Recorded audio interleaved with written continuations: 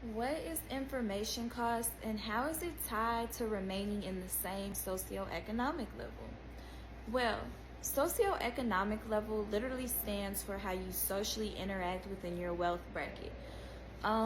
Think of basically the language, the vocabulary, the activity, leisure things, any type of way you participate in your everyday life with your neighbors, family, colleagues, just anyone. That is basically the social culture that creates that wealth bracket. So, information cost comes into play because it has two different definitions. The first definition is the amount of time or money it would take for someone to acquire a piece of information. What this would basically look like is if my parents are college educated, it's a given. I know exactly how to get into college, what programs I need to be doing, what I need to do post college. And if I don't know, my parents would know how to guide me in that way.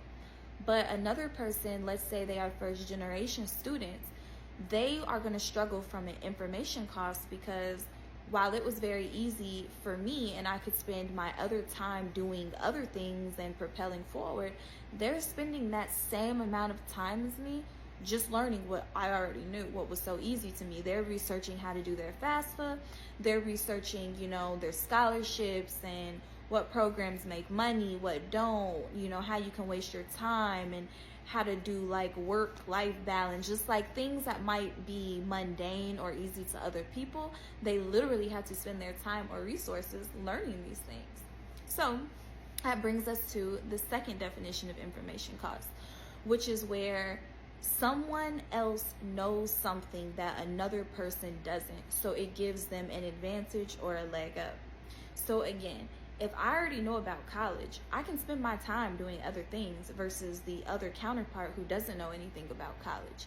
And how this basically plays out is if you are under the poverty threshold, you don't have enough time or resources to always know what it takes to get to the middle class.